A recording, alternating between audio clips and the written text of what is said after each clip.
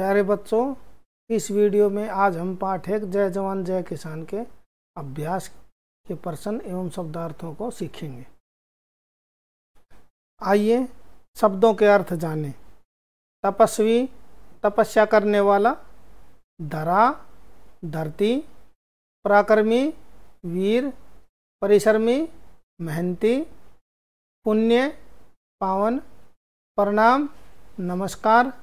प्रताप, महिमा या प्रभाव। प्रलय, विनाश। मौन, चुप रहना। वतन, जन्मभूमि या देश। श्रम, मेहनत। सेनात, जिसका कोई स्वामी हो। रम्य, सुंदर। ये तो थे आपके शब्दार्थ। इनको आपको पढ़ के देखना है और कॉपी में भी लिखना है कविता से। अब यहाँ पर प्रश्न दिए गए हैं, इन प्रश्नों को समझेंगे तथा इनके उत्तरों को भी समझेंगे। क भाग में दिया गया है, कविता में किस किस को प्रणाम करने की बात कही गई है। कविता में देश की रक्षा करने वाले जवान तथा देश के लिए अनाज पैदा करने वाले किसान को प्रणाम करने की बात कही गई है। ख प्रश्न है, किसान अपने देश के लिए किस प्रकार योगदान देता है। इसका आंसर आएगा, किसान अपने खेतों में दिन रात मेहनत करके देश के लिए अनाज पैदा करता है और अनाज पैदा करके वो अपने देश के विकास में योगदान देता है। ग भाग है, कविता में जवान को प्रणाम करने की बात क्यों कही गई है। क्योंकि जवान शत्रुओं से देश की रक्षा करता है तथा देश की रक्षा करते हुए अपने जान की बाजी लगा देता है, इसलिए कविता में जवान को प्रणाम करने की बात कही गई है। घ भाग में देखो, सेनाथ पुण्य भूमि है किसान के कलाप से। प्रणाम रम्य भूमि के जवान को किसान को। भूमि को पुण्य और रम्य का क्यों कहा गया है बताओ। इस उपरोक्त 2 पंक्तियों में भूमि को पुण्य और रम्य क्यों कहा गया है। भूमि को पुण्य इसलिए कहा गया है क्योंकि किसान के कार्यों से भूमि से अनाज उत्पन्न होता है, जो सभी लोगों के काम आता है, जो कि एक भलाई का कार्य है। तथा रम्य इसलिए कहा गया है क्योंकि लहलाती फसलों और हरियाली के कारण यह सबका मन मोह लेती है। समझ में आ गया भाई। ड में देखो क्या दिया गया है, कविता में महान आत्मा किसे और क्यों कहा गया है। कविता में महान आत्मा वीर जवान और परिश्रमी किसान को महान आत्मा कहा गया है क्योंकि किसान और जवान में वीरता, परिश्रम, धैर्य, त्याग और तपस्या के गुण पाए जाते हैं, इसलिए इन्हें महान आत्मा कहा गया है। 6 भाग को देखिए, देश के लिए जीने से क्या अभिप्राय है। देश के लिए जीने से अभिप्राय है कि देश की तरक्की और विकास के लिए कार्य करना। अब देखो आपकी बात क भाग में दिया गया है, आप देश के लिए क्या क्या कार्य कर सकते हैं। आंसर है, हम देश के लिए डॉक्टर, वैज्ञानिक, सैनिक, पायलट तथा अध्यापक बनकर देश के निर्माण और विकास में अपना योगदान दे सकते हैं। ख भाग में देखिए, जवान और किसान के अतिरिक्त आप किस किस को प्रणाम करते हैं। जवान और किसान के अतिरिक्त मैं अपने माता पिता, गुरुजनों तथा सभी बड़े बुजुर्गों को प्रणाम करता हूं। अब देखिए पाठ 4 पाठ से आगे क्या भाग में दिया गया है, आपने अपने देश के बारे में तो कोई कविता सुनी या पढ़ी होगी, उस कविता की कुछ पंक्तियां यहाँ लिखें। तो यहाँ पर कुछ पंक्तियां लिख दी है।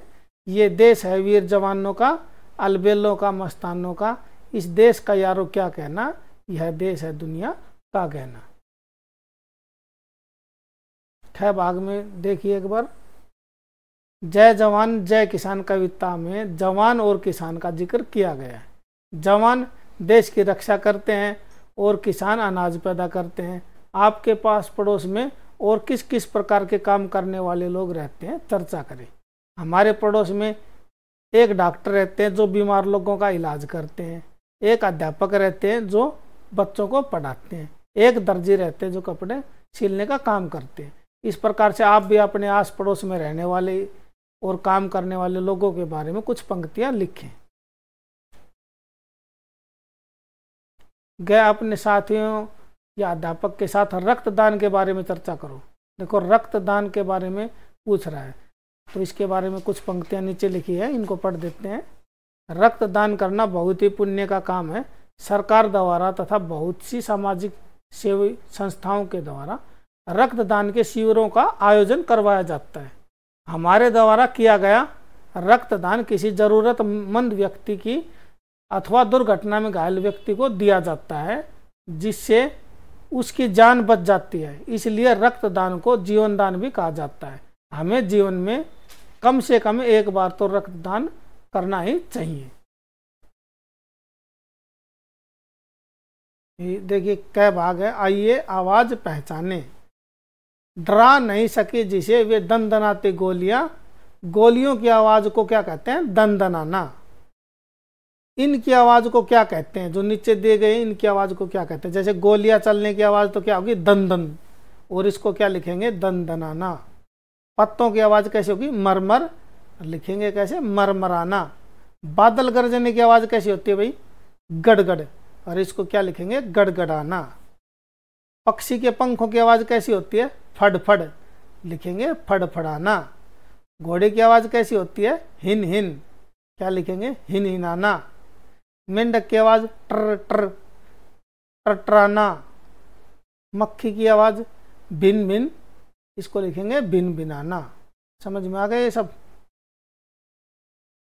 ख भाग में देखो क्या दिया गया है, पराक्रमी जवान मात्र भूखी शानबान है, परिश्रमी किसान से यह देश भाग्यवान है।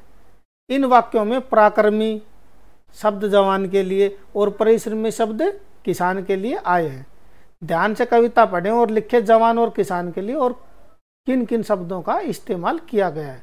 देखो जवान के लिए कौन कौन से शब्दों का इस्तेमाल किया गया, त्यागी और वीर। और किसान के लिए कौन कौन से शब्दों का इस्तेमाल किया गया, तपस्वी और धीर। भाषा की बात, री और रे, इन दो शब्दों के वर्णों के बारे में पूछा गया है इसमें। ख पराक्रमी जवान मात्र भूखी शानबान है, परिश्रमी किसान से यह देश भाग्यवान है। पहले वाक्य में मात्र शब्द आया है, इस शब्द से त्रय त्रय बनता है। त्रय किस चीज से बनता है, तय से और री से मिलकर बना है। दूसरे वाक्य में है मात्र, मात्र बना है तय हलंत से और रे से मिलकर। आप भी कुछ शब्द लिखिए जो त्रय और तर से बने हों। तो देखो त्रय वाले शब्द, भात्र, तृण, पित्र। और ये देखो त्रय वाले, पुत्र, मात्र और मित्र।